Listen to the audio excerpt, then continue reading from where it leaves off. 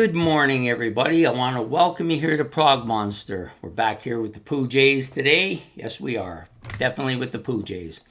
Anyways, my name is Murph. I am the host of this show. I hope that you get a chance to go back and look at some of the other videos in this series.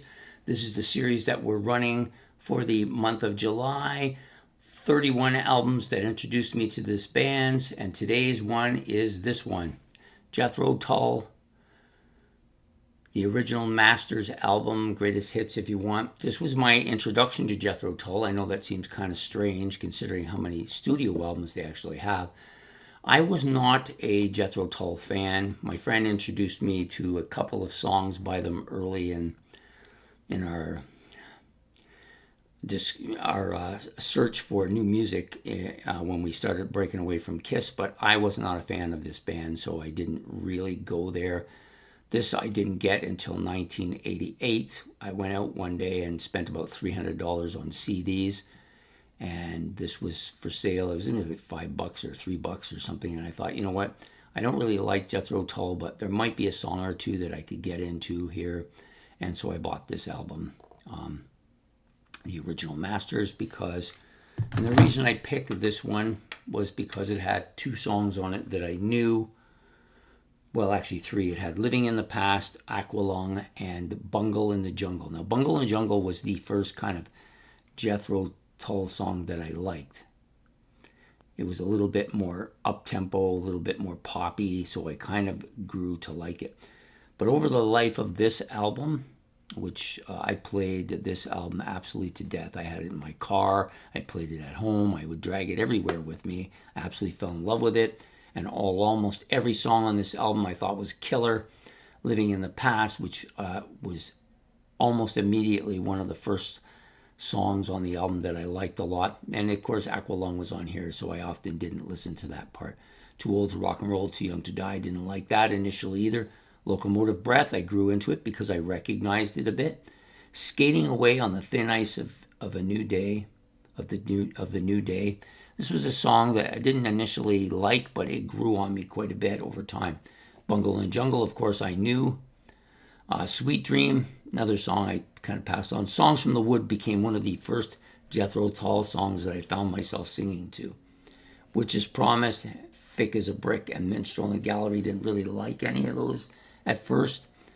And then Life Was a Long Song. This became my favorite Jethro Tull song off of the album eventually, and is still my favorite Jethro Tull song.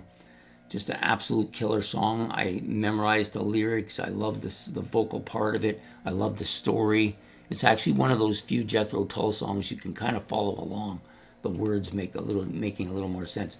Eventually, almost every song on this album has become among my favorite Jethro Tull stuff. It's an absolutely killer album.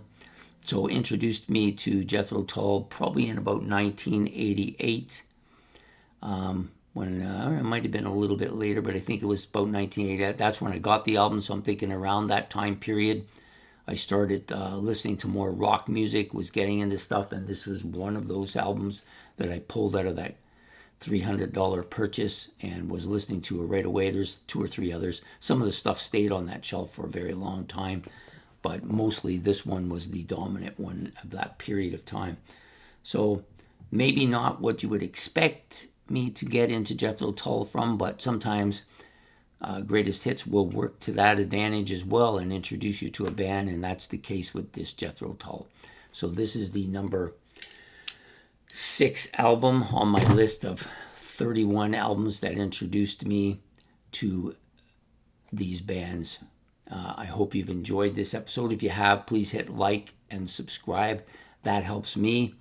It makes me, first of all, aware that you are enjoying what I'm doing. And second of all, you're supporting me, which is great because eventually I'm going to try and buy as much as I can for the channel.